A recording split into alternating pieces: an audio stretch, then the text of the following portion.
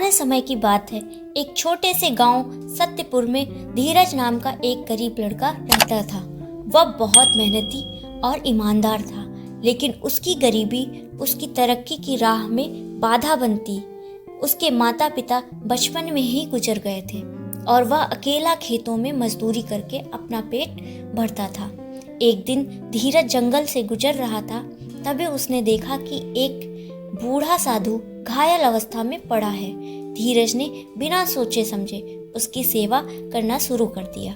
उसने अपनी सूती चादर फाड़कर उसके घाव बांधे, पास के कुएं से पानी लाकर उन्हें पिलाया और उनकी पूरी देखभाल की। साधु कुछ घंटों में ठीक हो गए।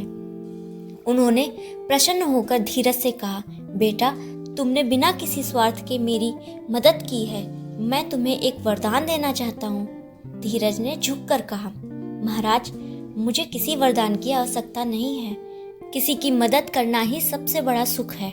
साधु मुस्कुराए और बोले, फिर भी मैं तुम्हें यह जादुई कलम देना चाहता हूँ।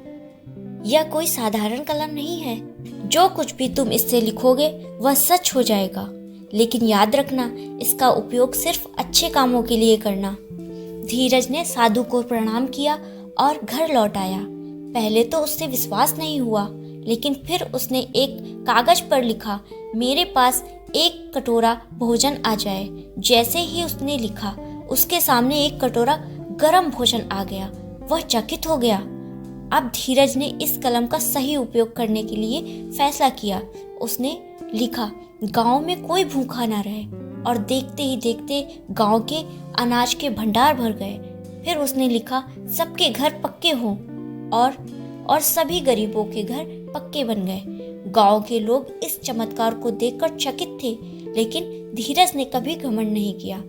गांव का मुखिया रघुनाथ बहुत लालची था। उसने धीरज की जादुई कलम के बारे में सुना था और उसे पाने के लिए चालें चलने लगा। एक दिन उसने अपने सैनिकों को भेजकर धीरज को बुलवाया और कहा, यह कलम मुझे दे दो, मैं तुम्हें पूरे राज्य का धनवान इंसान बना दूंगा। लेकिन धीरज जानता था कि लालची लोग इस शक्ति का गलत उपयोग कर सकते हैं। उसने इनकार कर दिया। गुस्से में आकर रघुनाथ ने कलम छीनने की कोशिश की, लेकिन धीरज ने झट से कागज पर लिखा, रघुनाथ के मन का लालच हमेशा के लिए मिट जाए। जैसे ही उसने यह लिखा, रघुनाथ का हृदय परिवर्तित हो गया। उसकी आंखों में आंसू निकल पड़े और वह धीरज से माफी मांगने लगा। धीरज ने उस कलम का उपयोग केवल अच्छे कामों के लिए किया।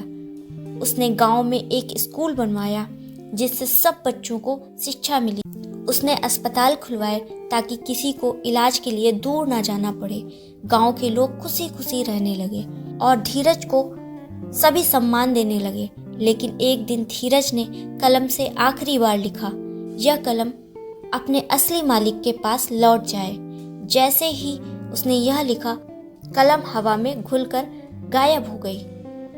सच्ची शक्ति वही होती है जिसका उपयोग अच्छे कार्यों के लिए किया जाए।